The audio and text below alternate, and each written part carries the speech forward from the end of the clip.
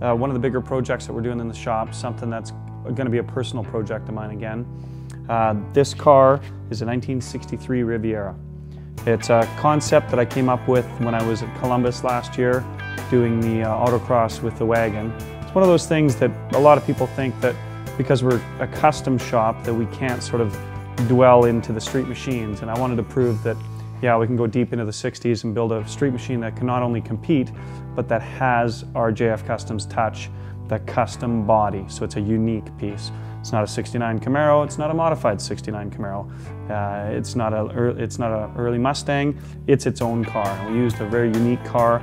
A Buick in essence, since the first days of the Buick, has been an easy car to make into a custom. This particular car is going to have a custom flair as far as the amount we've cut it apart. We took 10 inches out of the length of the quarter panel just to make the car look short enough. I'm making the car really into a two-seater sport coupe. So if you will, feature that at GM, there was a Corvette sitting on the one side of the design room, and then Buick said, hey, you know what? We're going to build a cool two-seater sport coupe to compete with the Corvette. What would it look like in 1963? Maybe it would look like this. What we did is we stole the rear window and the roof section off a 71 boat tail Riviera. And if you've ever seen those cars, they're quite ugly at the back. A lot of people don't like them as far as styling, but they were ahead of their time again. So because I really wanted a sports car and a sports car look, the proportions of the car had to radically change. The wheel well openings on the front fenders, for example, were too far back because the Riviera is more of a luxury car. It is a sporty luxury car, but it wasn't what we were looking for, that full-on sport race car look. So I took the front wheel wells, moved them 3 inches forward. I took the rear quarter panels, took 10 inches out right after the door. And then again, after the wheel well, I had to shorten it another 8 inches. So if you can feature now, the car is 18 inches shorter than it started out as. The wheelbase has been altered on the front and back. The trickiest piece of putting this puzzle together, we didn't even know if the car could exist, was trying to get this roof to fit.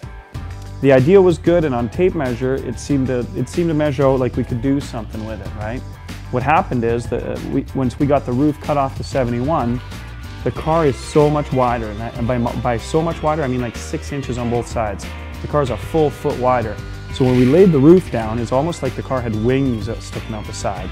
So we had a lot of sheet metal to try to have to rework and sort of become an integral part of the early 63 Riviera. We were able to do a great job of the quarter panels on that and get the flow and the thing to look right. We also had to take 14 inches out of the length of the roof of the 71 to get it again to fit proportionately with the car. So again, if you can envision, you know, Buick's version of a steel Corvette, maybe that's what we're after here. A little wider, a little longer, but proportionately it would be correct. Okay guys, so just to bring you up to speed on the Riviera, because a lot of you have been asking, right now all I can show you is some of the inner sheet metal work that we've been doing. It's a pretty tedious process, and what's hard for me in my head is trying to figure out how to get away from building a show car and actually building something that's more of a race theme, with panel fitment that's perfect, with panels that are really well thought out aesthetically, that they suit the car. We got some other things to take into consideration. We're trying to figure out where the back hoop of the roll cage is going to go. We've got those big massive twin turbos to work around. There's a lot of stuff going on, but here's some of the stuff we've been doing. We use all our tools. We got brakes, we got shrinker stretchers, do a little hammer dolly, and of course you always have to use your hammer and your dolly. So hopefully you guys like what we're doing. We're going to try to move on a little bit further and show you guys a little bit of the twin turbo stuff, the engine setback, and a few of the other items that we think are key to the car. You can see how we've hidden the roll cage in there. That's all stuff that's part and parcel to designing a car with a theme and actually coming up with something that's cool. We use a lot of clecos. You can see that we're holding the panels in with clecos before we do any sort of final welding, so we can build multiple panels, hold them in place, make sure that they fit good before we go to the final step. Let's head back out to Baxter's Custom Upholstery to check out Bob's Dodge. Let's have a look. Look at that. You know, this just doesn't say rat on it. Yeah, I tried a few different things in this one, and they turned out pretty happy with it. Really incredible is what it did. So he's going to mount an amp and finish off his stereo stuff. Told him I didn't do the sides. It's a storage compartment. And it's already painted black, so. And then of course you got battery this side. And Wow. and then this is just storage as well. How does this panel come off? One screw here, and then there's feeling behind. There's a tab. Yeah. Tab, and then 2 screws up here. They're a little bit of a pain to get at. I'll just tape them off. Whenever you paint that trunk. Okay, so that's the trunk. I basically told him everything on the phone. Yeah. So he's seen 0 pictures? 0, yeah. So I was gonna send him some, but basically he knows about the back storage. Didn't get a shot of that. This is wild. What did you make that with? Just filler?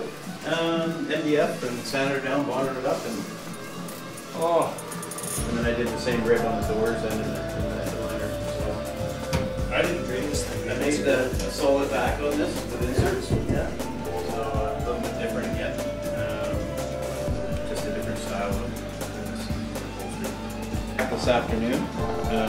I had it up 1/2 inch. Oh, check this out. So I dropped the back down 1/2 inch, and I think it made a big difference. But he's 6'1", so hopefully there isn't an issue. I don't think there will be. Oh, look at that! So the Henley, Love that. Henley sun visors, 55 Chevy. Wow. That adds a whole different depth to it. Now that Lee has gone through all the details with us, it's time to load the car into the trailer and start heading back to JF Customs.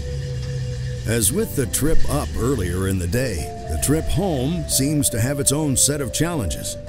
It didn't take too long to realize that the trailer ramp was too steep for JF to drive the Dodge right in. It certainly wasn't because the car was too low. There's no such thing in our eyes.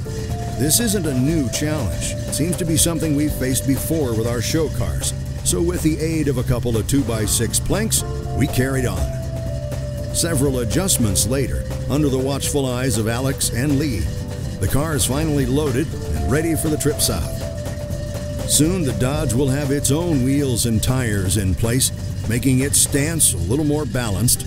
But don't worry, we'll still need to keep those 2x6s handy. No such thing as too low.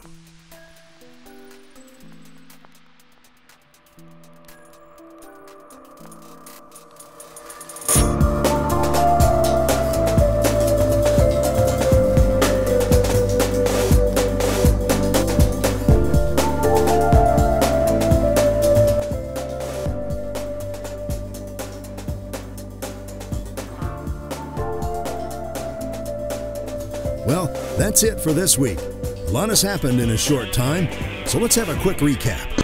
You met Doug when he came to pick up his 1967 Chevelle. We had a little comic relief courtesy of Calvin.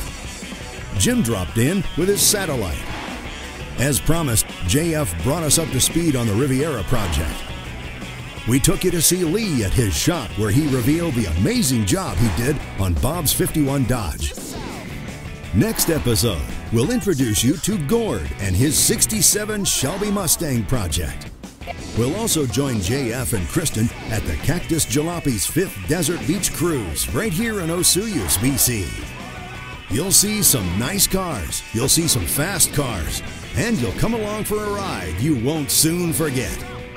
See you next time.